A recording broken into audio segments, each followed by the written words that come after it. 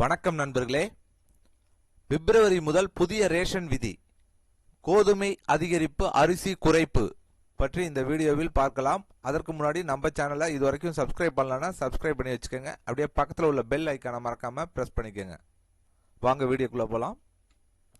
Ration பொருட்களில் அதிகரித்து வரும் மோசடிகளை தடுக்கவும் உணவு தானிய விநியோகத்தை நடைமுறைப்படுத்தவும் அரசு முக்கிய மாற்றத்தை அறிவித்துள்ளது.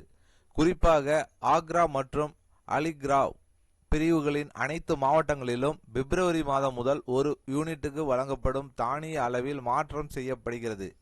இதன்படி இனிமேல் ஒரு யூனிட்டுக்கு 3 கிலோ கோதுமை மற்றும் 2 கிலோ அரிசி வழங்கப்படும். இந்த மாற்றம் குறித்து மாவட்ட வழங்கல் அதிகாரி அனைத்து ரேஷன் விற்பனையாளர்களுக்கும் அறிவிப்பு வழங்கியுள்ளது. ஆக்ரா பகுதிகளில் ரேஷன் அரிசியை சட்டவிரோதமாக வாங்குதல், சேமித்தல் மற்றும் அதிக விலையில் விற்பனை செய்தல் போன்ற புகார்கள் அடிக்கடி வெளியாகி வந்தன.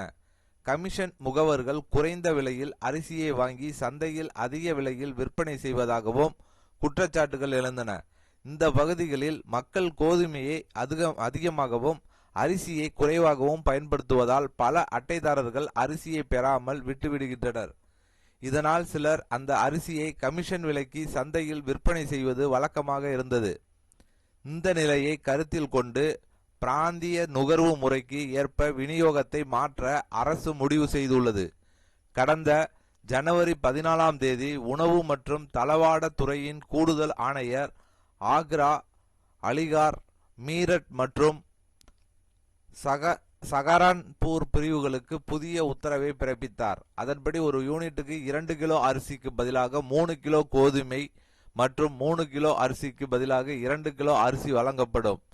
மேலும் அந்தியோதயா அட்டைதாரர்களுக்கு முன்பு வழங்கப்பட்ட 14 கிலோ கோதுமை மற்றும் 14 கிலோ அரிசிக்கு பதிலாக இனிமேல் 21 கிலோ கோதுமை மற்றும் 14 கிலோ அரிசி வழங்கப்படும் என்றும் தெரிவிக்கப்பட்டிருக்கிறது. இந்த புதிய ரேஷன் விநியோக முறை பிப்ரவரி மாதம் முதல் அமல்படுத்தப்படும் என தெரிவிக்கப்பட்டிருக்கு. அனைத்து ரேஷன் டீலர்களும் அரசின் புதிய உத்தரவை கட்டாயமாக பின்பற்ற வேண்டும் என்றும் தெளிவுபடுத்தப்பட்டுள்ளது.